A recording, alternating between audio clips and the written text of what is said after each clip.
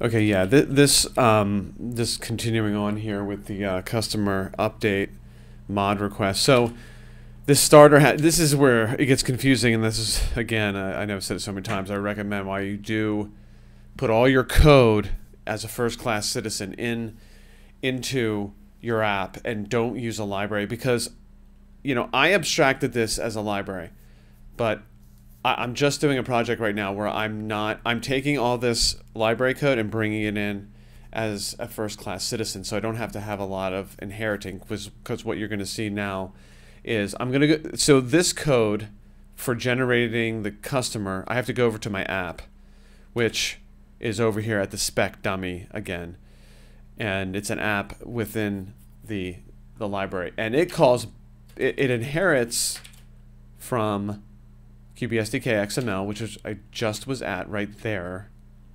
It grabs the starter hash from there. The resource is the customer in this case. It does have the QBID, so it's kind of marking everything as mod. All right. It also is going to look for the edit sequence. Okay, over here in Q. So let's, all right, actually that's just an attribute off of the table there. Okay, so what we're going to do now instead is we're going to be sending a query. So instead, let's go look at the queue again. So the queue is this. It's a modification request for this customer, John Doe. And we changed the phone number. But we have no edit sequence. So what we do instead is we send over a query instead. All right? What we're going to do instead is we're going to send this query here. We're going to query for the edit sequence, populate the edit sequence, and we're going to come back and run this queue again on the same row. It'll still be false, and then we'll have the edit sequence. Then we can send the mod request. And I'm doing that like, so again, we're up here. We're in the send request. We got a job. It's this job we're talking about. I go to the send XML code, and if current job is a mod with no edit sequence. Okay, in this, it's got a method here. This is, again, everything on the queue is on this, within this file here. And that is mod. Okay. It first checks, does it have a resource QBD ID? It does. Is the edit sequence nil on this? It is.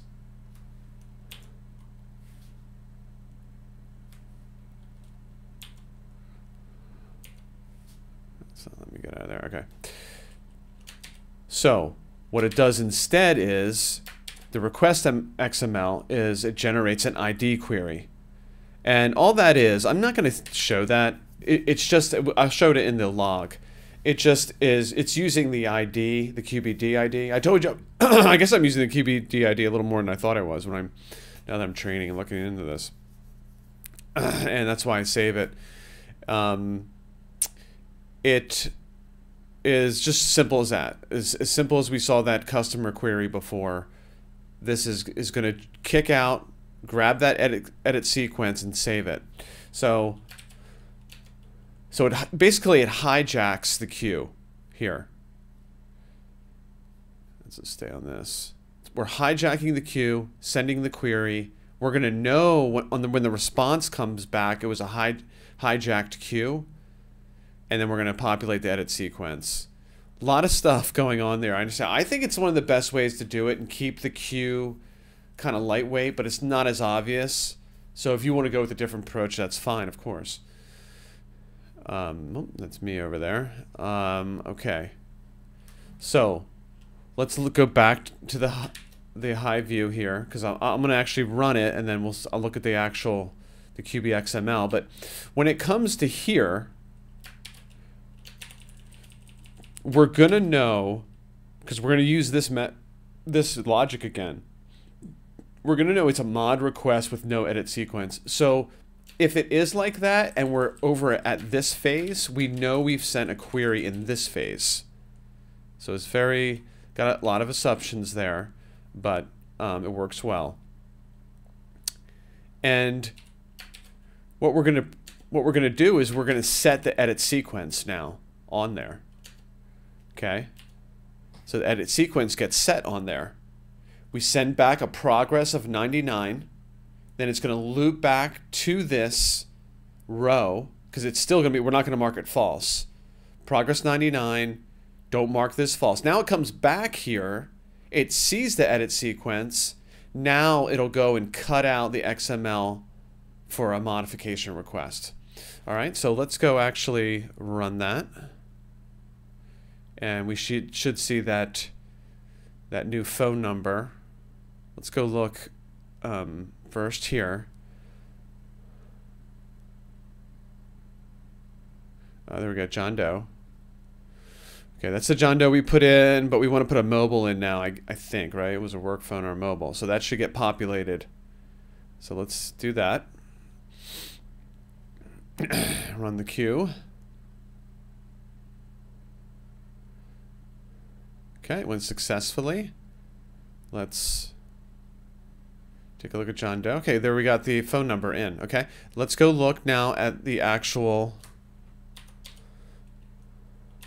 log. Let's see what happened here. Okay, that is not the first request.